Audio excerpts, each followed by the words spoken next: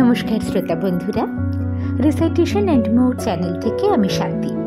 আশা করি সবাই খুব ভালো আছেন। গল্প পাঠের আসরে চলে এসেছি। আজকে আবার নতুন গল্প। আজকে আবার আমাদের আরেকজন প্রিয় লেখক। আজকে পড়ে শোনাব বুদ্ধদেব গুহর একটি ছোট গল্প। আজকের গল্প প্রজন্ম।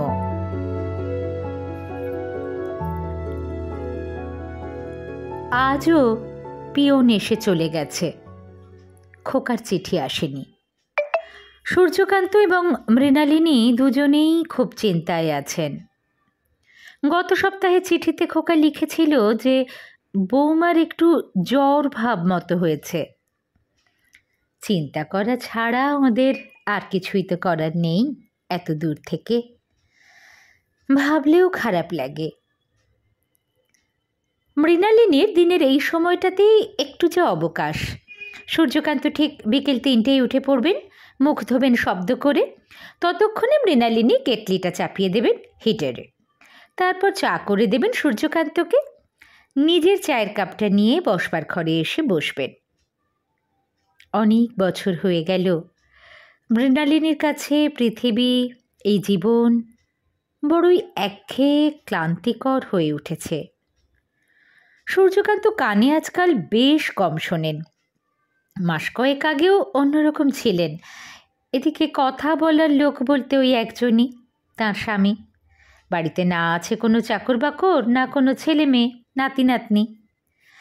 মেয়ে সুধার বিয়ে হয়েছে পুরুলিয়ায়, এখান থেকে ওখানে, কিন্তু তবুও কি আসে একটু?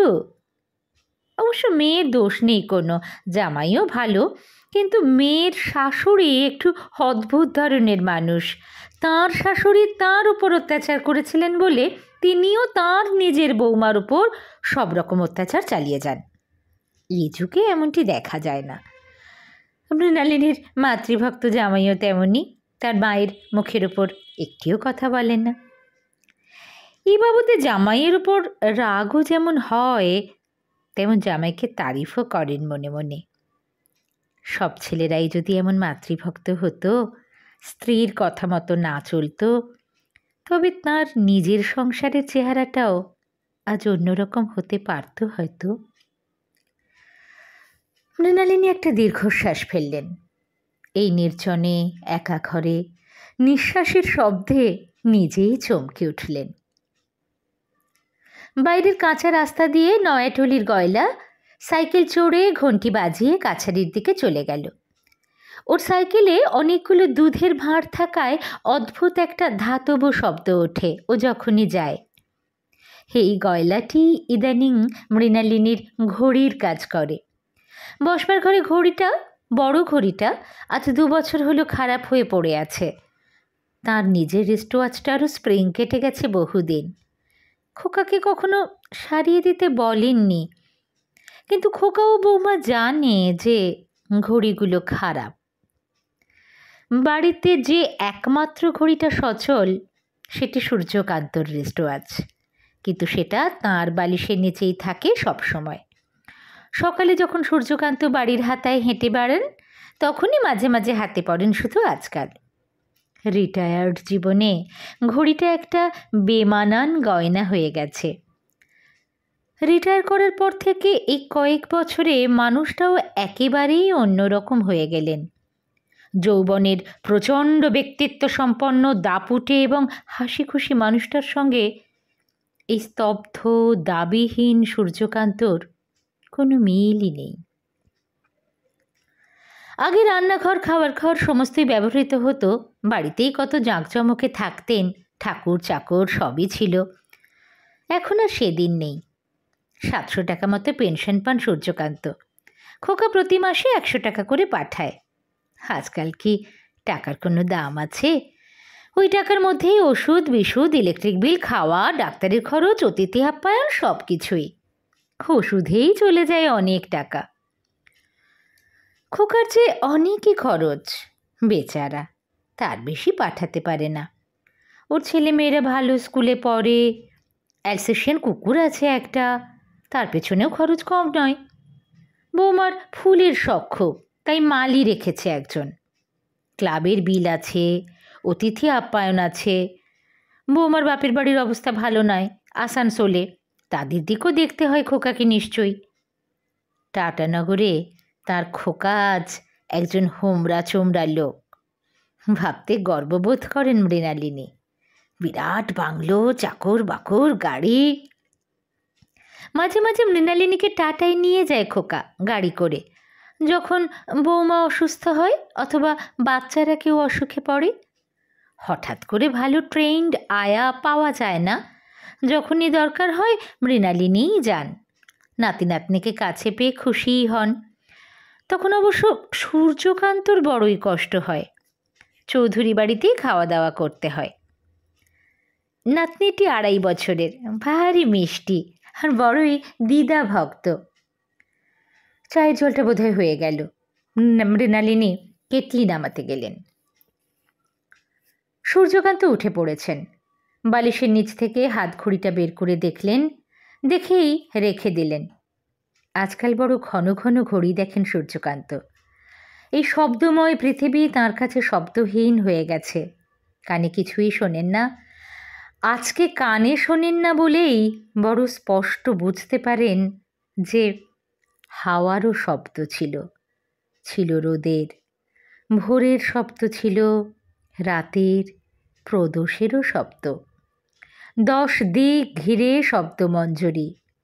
কানে যারা শুনতে পান তাদের কাছে শব্দের দাম থাকে না কোনোই। কত সুন্দর সব শব্দ সিঞ্জনে শিহরিত ছিল তার তখনকার জীবন। আজ পাখির ডাক, গাড়ির হর্ন, মৃণালিনীর কথা কিছুই আর শুনতে পান না তিনি। তবে 42 বছরের পার্টনারশিপ, ঠোঁট নাড়ালেই বুঝতে পারেন সূর্যকান্ত মৃণালিনী কি বলতে চাইছেন। সূর্যকান্তর চেয়ে মৃণালিনী বয়সে বছর 12-13 ছোট। আগেকার দিনে এদেশের প্রায় সব দম্পতিরই বয়সের তফাৎ ওই রকমই হতো। তাদের দাম্পত্য জীবনে সুখের অভাব কখনো ঘটেনি। কিন্তু ইদানিং মৃণালিনী যেন একেবারেই ভেঙে পড়েছেন। মনে হয় সূর্যকান্তর চেয়েও বয়স তার বেশি। হাত পা ফুলে গেছে, high blood pressure, blood sugar, প্রায় অথর্বই। অক্ষম, অর্থহীন সূর্যকান্ত আজকাল মৃণালিনীর মুখে সোজাসুজি চাইতে পর্যন্ত পারেন না। বড়ই অপরাধ বোধ জাগে। একটা ঠিকই লোক রাখে না, যেমন সামর্থ্য নেই সূর্যকান্তর। আজকের অপারগতার গ্লানিটা তাঁরই একার।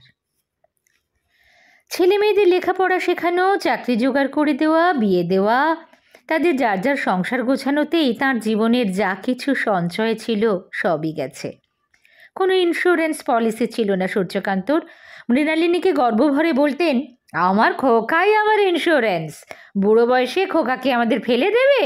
দেখো না, মাথায় করে রাখবে ওর বাবা মাকে, ও তো আমারই ছেলে। মৃণালিনী চায়ের 2টি কাপ ট্রেতে বসিয়ে রাবারের বাথরুম স্লিপার পায়ে, বিবর্ণ বিষণ্ণতার প্রতীকী খয়েরি শালটি গায়ে দিয়ে, বাইফোকাল চশমা নাকে লাগিয়ে আস্তে আস্তে সূর্যকান্তর দিকে চটি ঘষে ঘষে এগিয়ে আসেন, যেন এক গ্রহের প্রাণী চলেছেন অন্য গ্রহে। আজকাল কানে শোনেন না বলে মৃণালিনীর পদশব্দ শুনতে পান না সূর্যকান্ত। ফ্যাল ফ্যাল করে চেয়ে থাকেন তার 42 বছরের সুখ দুঃখের ভাগিদারের দিকে। নৈঃশব্দের শব্দময়তা মাথার মধ্যে ঝমঝম করে। মৃণালিনী কি আজকাল নিঃশব্দে চলাফেরা করেন? সূর্যকান্ত ভাবেন। মৃত্যুর পায়ের শব্দ কি শোনা যায় না? মৃত্যু তবু শান্তির, বড় শান্তির। সেদিন মুখুজ্জে মশাই গেলেন, গত মাসে সোমেশ্বর গেল। বার্ধক্য, জরা, এই সবই বড় কষ্টের। যাদের টাকা নেই, যাদের অবলম্বন নেই, যারা শুধুমাত্র কোনো ক্রমে বেঁচে থাকার জন্যই নিজেদের বড় সাধের, বড় আদরের, বড় আশার পুত্রকন্যার দয়ার উপর নির্ভর করেন, তাঁদের মতো গ্লানির জীবন যেন শত্রুরও না হয়। সূর্যকান্ত নিরুচ্চার দৃঢ়তার সঙ্গে দাঁতে দাঁত ঘষে বলেন, হ্যাঁ, যেন শত্রুরও না হয়। মৃণালিনী সূর্যকান্তকে চা দিয়ে নিজেও সামনে বসলেন। পায়ে উলের ছেঁড়া মোজা। সমস্ত শীতকালটা প্রায় সারাদিনই মৃণালিনী মোজা পরে থাকেন আজকাল। এদিকটায় ঠান্ডা খুব বেশি, পাহাড়টা কাছে, নদীটাও। আগে ফায়ারপ্লেসে আগুন জ্বালাতেন যখন সূর্যকান্তর চাকরি ছিল, প্রতিপত্তি ছিল। শুনতে পান আজকাল অনেক রকম রুম হিটার বেরিয়েছে। এই বয়সে বড়ই শীত করে।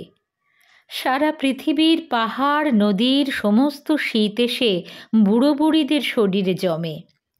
সাইবেরিয়ান হাঁসের মতো ঝাঁকে ঝাঁকে ওরা উড়ে আসে। এসে ওদের জল ভেজা ফ্যাকাশে হলুদ চ্যাপটা পায়ের পাতা দিয়ে সূর্যকান্তকে মৃণালিনীকে জাপটে ধরে। হিসিয়ে শীতের শীষ ওঠে। রাতে হট ওয়াটার ব্যাগে গরম জল করে দেন তিনি সূর্যকান্তকে। একটাই আছে, তার জন্য জোটে না। সূর্যকান্ত তাঁর ব্যাগটাই মাঝে মাঝে এগিয়ে দেন মৃণালিনীকে, মৃণালিনীর খাটের দিকে। দুজনে দু বিছানাতে শোন বহুদিন হলো। মাঝের টেবিলে নাতি নাতনির ছবি থাকে, কৃতি ছেলে এবং বউয়ের। সারা দিনে রাতে সূর্যকান্ত এবং মৃণালিনীর মধ্যে ৩-৪টির বেশি কথা হয় না আজকাল। কথার কিছু নেইও আর। সূর্যকান্ত হয়তো জিজ্ঞাসা করেন, আজ কি পূর্ণিমা?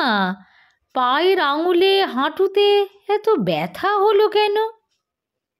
মৃণালিনী বলেন, এই তো অমাবস্যা গেল। সূর্যকান্ত ভুল শোনেন, বলেন, ও বৃহস্পতিবার। মৃণালিনী নিষ্ঠুরের মতো চুপ করে থাকেন। কাঁতাক কালা লোকের সঙ্গে বকবক করা যায়। সূর্যকান্ত আজকাল মেনেই নিয়েছেন এই অবস্থা। প্রতিবাদ করেন না, অনুযোগও নয়, চুপ করে থাকেন। ওর মুখটা দেখে শিশুর মুখ মনে হয়। যারা একদিন কানে শুনতেন কিন্তু এখন শোনেন না, তাদের মুখমণ্ডলে কেমন যেন এক অসহায় ভাব ফোটে। অতীতের সমস্ত হাসি, সানাই, গান, ভোরের পাখির ডাক, রাতের শিশির পড়ার শব্দ, সমস্ত শব্দময়তা নিঃশব্দে স্থানান্তরিত হয়ে সূর্যকান্তর মুখের অভিব্যক্তিতে পরিস্ফুট হয়ে থাকে, উঁচু নিচু হয়ে। ব্রেইল সিস্টেমের মতো কান দুটো এখন অবোধ জাবর কাটা গরুর চোখের মতো কিছু হতে চায়। সূর্যকান্তর মুখের দিকে তাকালে বড়ই দুঃখ হয় মৃণালিনীর। নিজের জন্যেও দুঃখ হয়, কিন্তু সূর্যকান্তকে এইরকম অসহায় অবস্থায় ফেলে তিনি যে আগে চলে যাবেন এ কথা ভাবতেও বড় ভয় করে। মনে মনে ঠাকুরকে ডাকেন, বলেন, ঠাকুর, আগে যেন ওকে রওনা করিয়ে দিতে পারি। বাইরে দেখতে দেখতে শীতের বেলা পড়ে আসে। আম আর আকাশমণি গাছের ছায়াগুলো দীর্ঘতর হয়ে এককালীন বাগানের সর্বত্র গজিয়ে ওঠা মরা লালচে ঘাসগুলোর ওপর পড়ে। চারিদিকে মৃণালিনীর মনের মধ্যে বিষণ্ণতা গড়িয়ে যায়। ফুল গাছগুলো যত্নের অভাবে মরে গেছে বহুদিন। মৃণালিনীর একসময় পালিত সিয়ামিজ বিড়ালিনীটির মতো। কবে তা আজ আর সঠিক মনে পড়ে না। আজকাল সন্ধে লাগতে না লাগতেই বাড়ির হাতার মধ্যেই শেয়াল ঘোরাঘুরি করে। আম গাছের ঝাঁকড়া ডালে বসে হুতুম প্যাঁচা দুর্গুম দুর্গুম করে বুক কাঁপিয়ে ডাকে।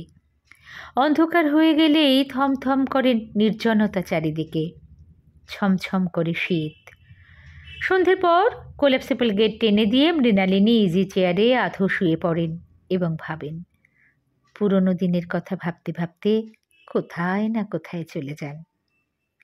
আর সূর্যকান্ত এককালীন জাঁকজমক ভরা এখন শতছিন্ন কার্পেট মোড়া বসার ঘরে নিজের আর্থিক সঙ্গতি, নিজের সুখের দিনের স্মারক, যৌবনের দামি ফ্ল্যানেলের ট্রাউজার আর ফুলহাতা সোয়েটার পরে টেবিলের ওপর তাসগুলো দুহাতে মেলে ধরেন, বাঁটেন, দান দেন ছোঁড়ে ছোঁড়ে। বারে বারে রোজ সন্ধেবেলায় বৃদ্ধ ও অপমানকরভাবে পরাজিত সূর্যকান্ত অনুপস্থিত প্রতিপক্ষকে ওয়াক ওভারে হারান। তাসগুলো আবার হাতে তুলে নেন, বাটেন, দান দেন। বাইরে শিয়াল হুক্কা হুয়া করে হেসে ওঠে। হুতম প্যাঁচা আবার ডাকে। মৃণালিনীর মনে পড়ে যায় বহু বছর আগে একবার একটা লক্ষ্মী পেঁচা এসে বসেছিল এই বাড়িতেই, পূর্ণিমার রাতে। রান্নাঘরের পাশে ছোট ল্যাংড়া আম গাছটার ডালে বসেছিল অনেকক্ষণই। সেবারই সূর্যকান্তের উন্নতি হয়, শেষ উন্নতি। সেই সময়কার খোকা আর সুধার ছেলে মানুষ কচি মুখ ও উজ্জ্বল চোখের কথা মনের মধ্যে ঝিলিক মেরে যায় মৃণালিনীর। অনেক ধরাধরি করার পর সে বছরই খোকার জামশেদপুরের চাকরিটা জোগাড় করেন সূর্যকান্ত। মনে পড়ে সে বছরই সেকেন্ড হ্যান্ড অ্যাম্বাসেডর গাড়িটাও কেনেন। কিন্তু খোকার বিয়ের পরেই খোকার তখনকার কোয়ার্টার সুন্দর করে সাজাবার জন্য অনেক টাকার দরকার হয়ে পড়েছিল। বৌমার বাপের বাড়ি থেকে শাঁখা সিঁদুর দিয়েই পাঠিয়েছিলেন তাকে। সুন্দরী দেখেই পছন্দ করেছিলেন। কুটুম বাড়ি থেকে টাকা নেওয়ার মতো ছোট লোক কখনোই ছিলেন না সূর্যকান্ত। সেই সময় ওর গাড়িটাকে বিক্রি করে দেন সূর্যকান্ত। মৃণালিনী নিষেধ করেছিলেন, তাও মনে পড়ে। সূর্যকান্ত বলেছিলেন, আহা ছেলে মানুষ, এই তো আনন্দ মজা করার সময়। আমাদের বিয়ের পরের দিনগুলোর কথা ভুলে গেলে? আমাদের জন্যে তো করার কেউ ছিল না, ওরাই তো আমাদের সব, ওদের সুখই তো আমাদের সুখ। একটা টর্চের আলো পড়ল যেন বাইরে। কেউ কি এলো? মৃণালিনী উদ্বিগ্ন হলেন। আশেপাশের বাড়ি থেকে কেউ এলে ভালোই লাগে ওদের, যারা ওদের ঘনিষ্ঠভাবে চেনেন, যাদের সকলের অবস্থাও প্রায় ওদেরই মতো, এক চৌধুরীরা ছাড়া। ওদের ছেলে বউ প্রতি মাসেই কলকাতা থেকে ওদের দেখতে আসে। কত কি নিয়ে আসে ওদের জন্যে, খাবার দাবার, জামা কাপড়। প্রতুল ওদের ছেলে, ইঞ্জিনিয়ার, কখনো কখনো গাড়ি নিয়েও আসে। তখন মৃণালিনী আর সূর্যকান্তকেও নিয়েও ওরা এখানে ওখানে যায়। নিজের কারখানা আছে হাওড়া না কোথায় যেন। ছেলের বউটিও বড় ভালো হয়েছে, যেমন দেখতে তেমনই স্বভাব। কে বলবে নিজের মেয়ে নয়।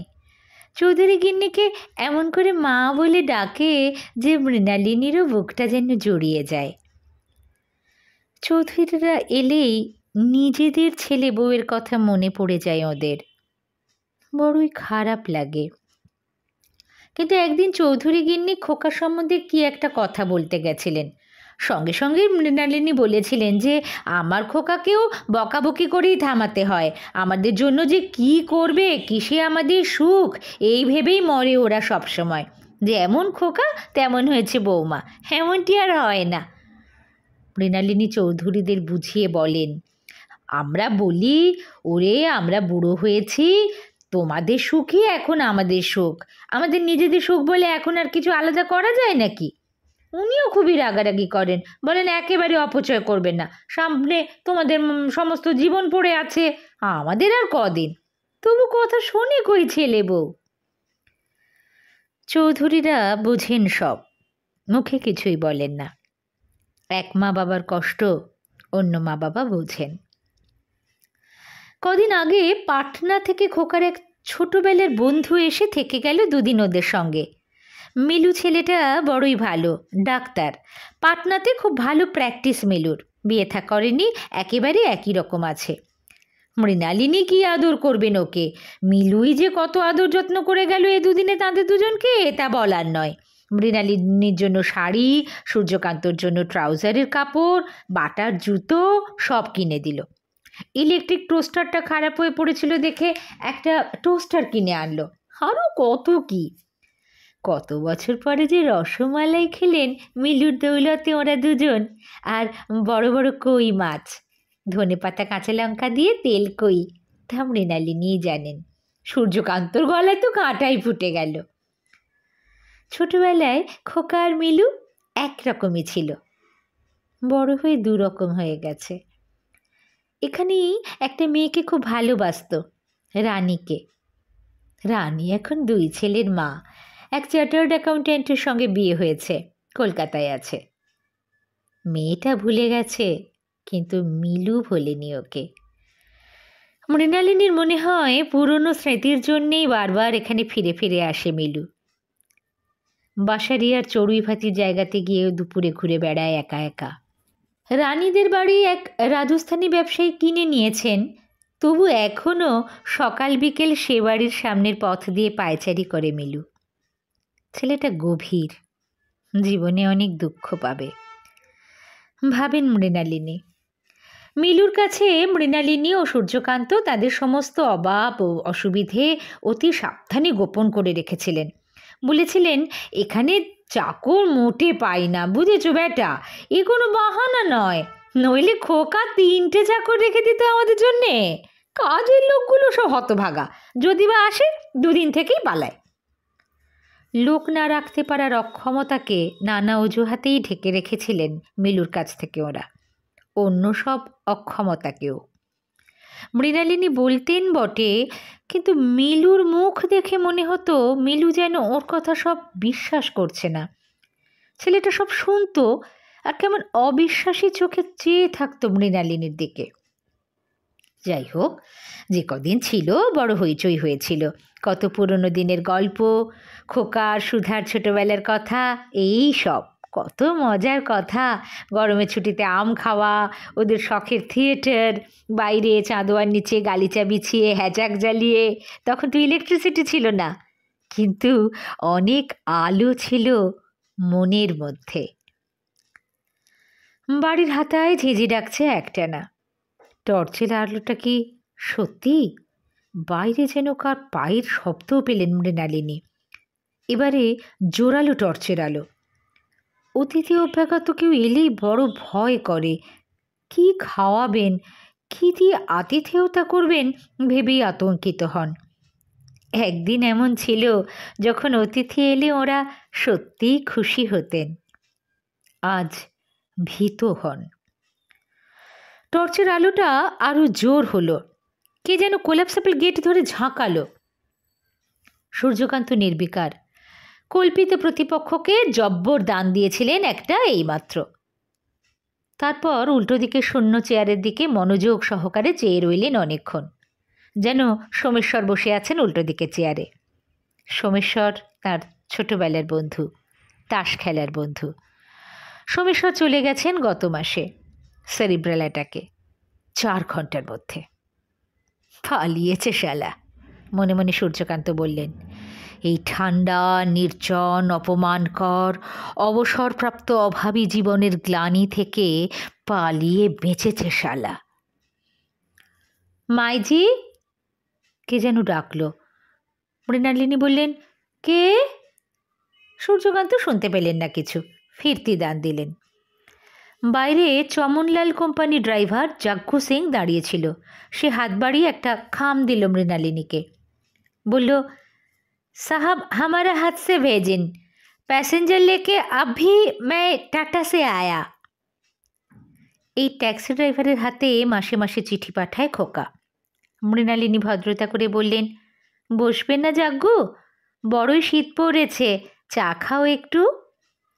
মৃণালিনী জানেন যতটুকু দুধ আছে তাতে কাল সকালে ওদের চায়ের মতোই হয়তো হবে না, কিন্তু তাহলে কি হয়? উনি হলেন টাটানগরের সান্যাল সাহেবের মা। উনি কি গরিব হতে পারেন? হলেও তা দেখাতে কি পারেন কারো কাছে? জাগ্গু সিং ভাগ্যে সবিনয় বলল, নেই মাতাজি, আপ ভি চায় পি কর আয়ে। জাগ্গু সিংয়ের হাতে চিঠি পেয়ে দুজনেই বড় আশ্বস্ত হলেন। খোকার চিঠি এলেই সূর্যকান্ত তার জোরে জোরে পড়েন। মৃণালিনী তাঁর চেয়ারের পাশে দাঁড়িয়ে চেয়ারের হাতলে হাত রেখে শোনেন। প্রত্যেকবার প্রত্যেকটা শব্দ উৎকর্ণ হয়ে। চিঠি দেখেই সূর্যকান্তর চোখ মুখ উজ্জ্বল হয়ে উঠল। তাস রেখে বললেন, চিঠি এসেছে? দাও দাও, আমাকে দাও। কি লিখেছে আবার বেটা দেখি। মৃণালিনী সূর্যকান্তর পাশে দাঁড়ালেন, বললেন, চিঠিটা পড়ো, বৌমার জ্বর টর বাড়ল না তো? হঠাৎ রাত করে চিঠি পাঠালো, পড়ো পড়ো, তাড়াতাড়ি পড়ো। সূর্যকান্ত চিঠিটা খুলেই জোরে জোরে পড়তে লাগলেন। নীলডি, জামশেদপুর, 20/12/83। বাবা, এক্ষুনি জামশেদপুর ফিরলাম কলকাতা থেকে। পরশু কলকাতা গেছিলাম, কারণ জয়তীর দিদি জামাইবাবুর বিয়ের অ্যানিভার্সারি ছিল। এসেই আপনার চিঠি পেলাম, ও পাটনা থেকে মিলুর চিঠি। মিলু যেভাবে আমাকে লিখেছে তাতে এ সম্বন্ধে আমার কোনো সন্দেহই নেই যে নিজেদের অভাব অসুবিধের কথা ওর কাছে বলেছেন, হয় মা নয় আপনি, অথবা দুজনেই। আমি যে আপনাদের কত খারাপ ছেলে, আমি যে আপনাদের প্রতি কোনো কর্তব্যই করি না, এসব প্রচার করেছেন। নইলে ওর এত বড় সাহস হতো না আমাকে এইসব কথা লেখার, মানে যাও লিখেছে। যাই হোক, মিলুর এই চিঠি পড়ে জয়তী তো রাগে প্রায় পাগলের মতো হয়ে গেছে। ও চিরদিনই আমাকে বলেছে আপনাদের জন্য কিছুই না করতে, আপনাদের কোনো রকম দায়িত্বই আমাদের নয়। আজকালকার কোনো ছেলে এ দায়িত্ব নেয় না, নেওয়া সম্ভবও নয়। আপনাদের জন্য আমি যা করেছি জোর করেই করেছি, জয়তীর মতের ও ইচ্ছার বিরুদ্ধে। এখন দেখছি ভুলই করেছি। আমার এখানে নানা রকম অসুবিধে। মৌকে এই মাস থেকে পিয়ানো শেখাবো ঠিক করেছি। আপনারা আপনাদের ছেলে মেয়েকে যেভাবে মানুষ করেছিলেন, আমরা সেই রকম জন্তু জানোয়ারের বাচ্চার মতো ছেলে মেয়ে মানুষ করার কথা ভাবতেও পারি না। এই মাস থেকে আপনাদের আমার পক্ষে 50 টাকার বেশি পাঠানো সম্ভব হবে না।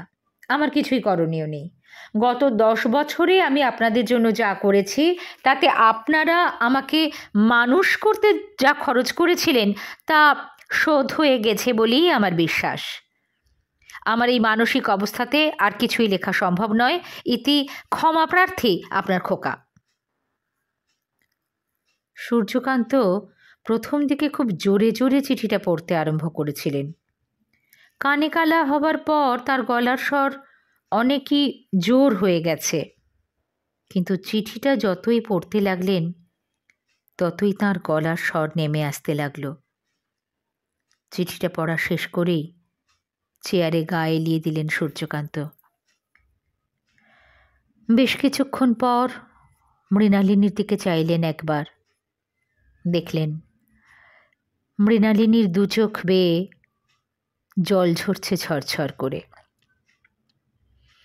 বহুদিন বহু যুগ পরে সূর্যকান্ত মৃণালিনীকে হাত ধরে কাছে টানলেন, তারপর নিজের বুকের মধ্যে টেনে নিলেন। হস্ফুটে কী সব বললেন বোঝা গেল না। অনেকক্ষণ পর সূর্যকান্ত বললেন, মেনু, আমি চাই যে তুমি মরো, তুমি মরে বেঁচে যাও। আমি তোমাকে টানাটাঁড়ের শ্মশানে রওনা করিয়ে দিয়ে তারপরই যাব, তুমি আগে যাও। মৃণালিনী অস্ফুটে বললেন, এমন করে বলো না। আমি চলে গেলে পেনশনের টাকাটাও যে বন্ধ হয়ে যাবে। গলা মুজে এলো সূর্যকান্তর। মৃণালিনী মুখে কিছুই বলতে পারলেন না, শুধু মাথাটা ডান দিক থেকে বাঁ দিকে নাড়াতে লাগলেন। বাইরে একটা পেঁচা ডেকে উঠল জোরে। এটা লক্ষ্মী পেঁচা নয়, হুতম পেঁচা। লক্ষ্মী পেঁচারা আর এখানে আসবে না কোনোদিন।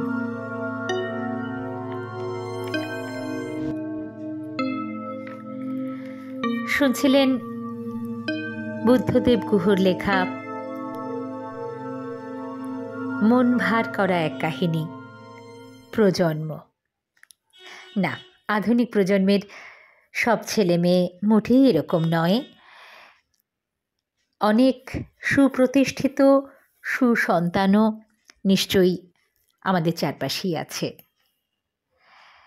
কেমন লাগলো আপনাদের এই গল্পটি জানাবেন, কারণ এটিও মিথ্যে নয়। এরকম অভিজ্ঞতাও অনেক বাবা মা নিশ্চয়ই ভোগ করেছেন। অন্তত এই একাকিত্বের মধ্যে থাকা যেটা, সেটা তো অবশ্যই করেছেন। যদি ভালো লাগে আমার এই গল্পটি বা গল্প পাঠ, তাহলে লাইক শেয়ার করবেন। আর এরকম নানান লেখকের নানান স্বাদের গল্প, কোনোটা হাসির, কোনোটা ডিটেকটিভ, কোনোটা দুঃখের, কোনোটা প্রেমের, কোনোটা ভূতের, কোনোটা অলৌকিক, এরকম নানান রকমের গল্প শুনবার জন্য এই চ্যানেলটি সাবস্ক্রাইব করে রাখতে পারেন। আর আরও কিছু এখানে আপনারা অবশ্যই পাবেন, যেমন শ্রুতি নাটক, আবৃত্তি সংক্রান্ত আলোচনা, এইসব। কেমন? তাহলে আজ এখানে শেষ করি। সবাই খুব ভালো থাকবেন। নমস্কার।